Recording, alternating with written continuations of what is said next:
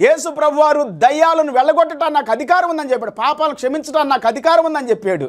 హల్లెలూయా. ఆయన బోధలు స్వచ్ఛమైన శ్రేష్టమైన పిల్లారా. ఆయన బోధ కనుక నువ్వు వింటే అద్భుతాలు నీ జీవితంలో జరుగుతాయి. మనుషుల బోధ వింటే, సంస్థల బోధలు వింటే, సంఘ నాయకులు వాళ్ళ ఇష్టంతో కూడి బోధలు వింటే వాక్యంలో ఉందా లేదా, యేసుప్రభు చెప్పాడా లేదా, దాన్ని పరీక్షించాలి పిల్లారా. యేసుప్రభు చెప్పిన దాన్ని అపోస్తులు కూడా చెప్పారు బైబిల్ గ్రంథంలో.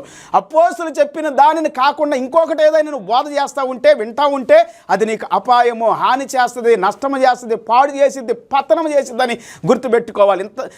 ఎంతోమంది ఈ దినాలు పతనం అవటానికి, సంస్థలు పతనం అవటానికి ఎన్నో బోధలు, ఆ మధ్యకాలంలో కొన్ని బోధలు వచ్చినాయి పిల్లలు. యేసుప్రభు వచ్చేస్తున్నాడు, ఆస్తులను అమ్మేసుకండి, తీసుకొచ్చి మాకు ఇచ్చేసేయండి అని చెప్పి ఆస్తులన్నీ అనుభవించేసి ఆ సంస్థ ఎడిపోయిందో తెలియదు. అట్లా చాలా సంస్థలు, అనేకమైన సంస్థలు పిల్లరా దేవునికి విరోధంగా జీవిస్తూ ఉన్నాయి, దేవుని వాక్యానికి విరోధంగా జీవిస్తూ ఉన్నాయి. సమస్త నాయకులే సంఘాలను